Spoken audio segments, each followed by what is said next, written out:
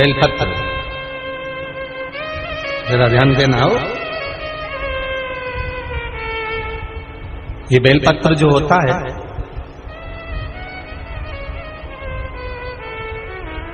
इस बेलपत्र पर कभी कभी आपने देखा होगा कि कई लोग बीच वाले पत्ते पर चंदन लगा देते हैं।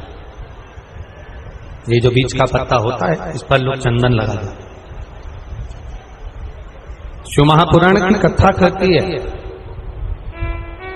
अगर भूलवश भी अनायास आपके पास बेलपत्र भी नहीं है, शिव जी का चढ़ा हुआ बेलपत्र भी अगर आपने उठा लिया और उठाकर उस बीच वाले पत्ते पर एक चावल का दाना रखकर भी आप भगवान भोलेनाथ को समर्पित कर रहे हो, तो ये समझ लेना कि तुमने महीना, 2 महीना, 4 महीना, 6 महीना, 8 महीने में, हम तो हमेशा कहते आए हैं, आज फिर कह रहे हैं, 1 महीना पूरा हो जाए जल चढ़ाते, 2 महीना पूरा हो जाए जल चढ़ाते, 3 महीना पूरा हो जाए, 4 महीने पूरे हो गए, 6 महीने पूरे हो गए, या आपका साल भर पूरा हो गया, प्रयास करा करो, एक बीच वाले पत्ते पर एक चावल का दाना रखकर शिव जी को समर्पित करना। क्यों? जो तुमने पूर्व में जल चढ़ाया है वो चावल का दाना अक्षय, उसको अक्षत माना जाता है, अक्षय माना जाता है। मतलब तुमने अभी तक जो जल समर्पित करा है वो कभी समाप्त नहीं हो सकता, उसका पुण्य तुम्हारे खाते में चले गया, अब तुम उसको किसी को भी प्रदान कर सकते।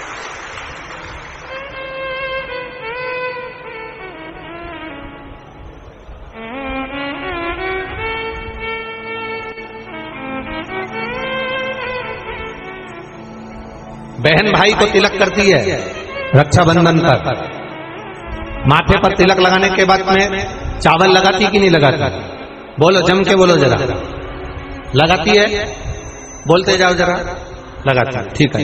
मंदिर में आप पूजन कर रहे हो, घर में कोई अनुष्ठान कर रहे हो, पंडित जी तुम्हारे मस्तक पर तिलक करते हैं तो चावल लगाते कि नहीं लगाते? बोलो बोलो, जम के बोलो। लगाते। तुम्हारे घर में शादी ब्याह होता है तो तिलक कराया जाता है तो चावल लगाया जाता है कि नहीं लगाया जाता? लगाया जाता। सब समय पर चावल, मस्तक पर कंकु का तिलक, चंदन का तिलक, जो भी तिलक तुम्हारे मस्तक पर लगा है, कोई अगर लगाएगा शुभ कार्य में तो चावल जरूर लगाएगा। बस एक कार्य ऐसा होता है जिस समय पर मस्तक पर तिलक करा जाता है पर चावल नहीं लगाया जाता।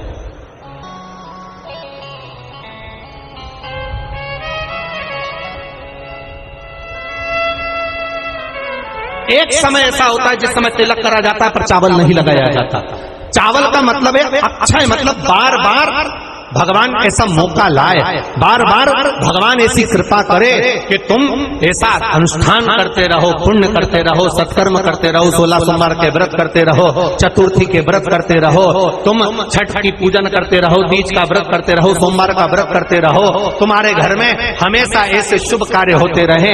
केवल अक्षय, अक्षत एक जगह पर नहीं लगाया जाता। कब नहीं लगाते अक्षत को? मस्तक पर तिलक करते समय अक्षत कब नहीं लगाया जाता? केवल एक समय पर। कब? जब घर में कोई शांत हो जाता है, और शांत होने के बाद जब मस्तक पर पगड़ी का क्रम होता है, उस पगड़ी के क्रम पर तिलक तो लगाया जाता है पर चावल नहीं लगाया जाता।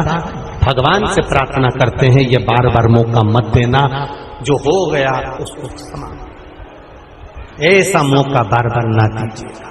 हाँ, पगड़ी पर से उठ गए, अच्छा काम करने के लिए मंदिर जा रहे हो, स्थान छोड़ने के बाद अब तिलक लगाओ और उसमें चावल ढेर सारा लगाओ, कोई मना नहीं।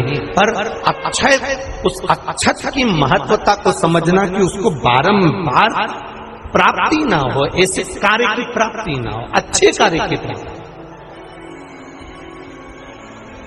श्रेष्ठ कार्य की प्राप्ति, शुभ कार्य की प्राप्ति। अगर मौका मिले तो एक बार भविष्य पुराण, और एक बार मौका मिले तो कूर्म पुराण, और एक बार मौका मिल जाए तो नंदी पुराण। ये 3 पुराणों का स्मरण करना, इसमें आपको अक्षत की महत्वता प्राप्त हो। भविष्य पुराण, कूर्म पुराण और नंदी पुराण। इन 3 पुराणों में आपको अक्षत की महत्वता प्राप्त होगी कि चावल की महत्वता क्या है। एक चावल का दाना जब अशोक सुंदरी वाली जगह पर चढ़ाया जाता है, एक चावल का दाना अशोक सुंदरी वाली जगह पर चढ़ाया जाता है। हम माताओं से हमेशा कहते हुए आए हैं, आज फिर निवेदन करेंगे, जिस माता के गर्भाशय में गांठ हो गई हो, जिस माता के गर्भाशय में गठान पड़ गई, एक पत्र आया है उसको भी ध्यान दें, इसका वर्णन बताता है।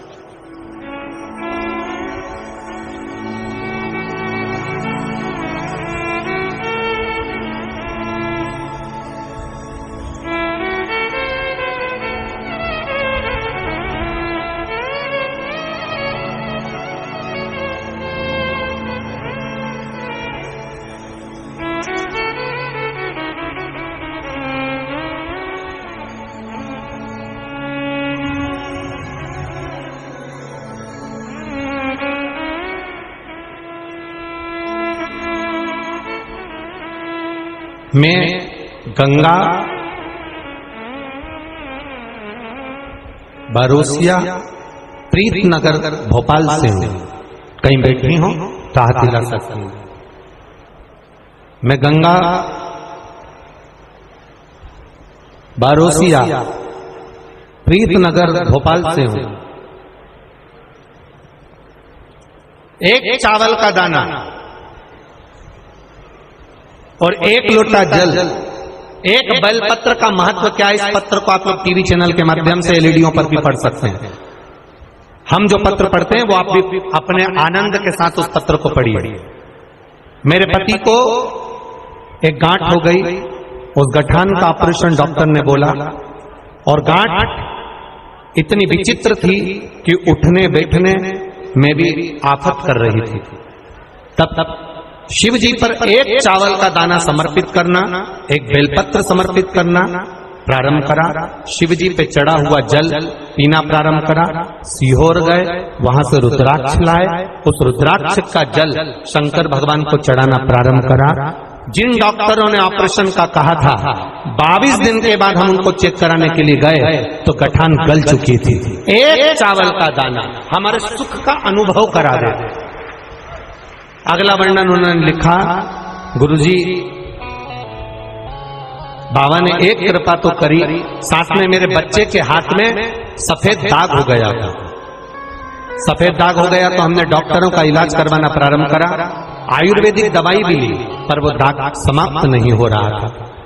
जब दाग समाप्त नहीं हो रहा था तब शंकर जी के मंदिर में जाकर समी के पत्ते का आपने जो प्रयोग बताया था वो करना प्रारंभ करा, और बाबा की कृपा से शिव जी का चढ़ा हुआ जल शरीर पर लगाना, और पूर्णिमा के दिन गाय जो अपने बछड़े को दूध पिलाती है उसका जो फेन बछड़े के मुंह पर आता है वो शरीर पर लगाना, और लगाकर उसको बैठना, उससे मेरे बच्चे के शरीर पर से सफेद दाग पूरा समाप्त हो गया। ये शिव तत्व, ये शंकर।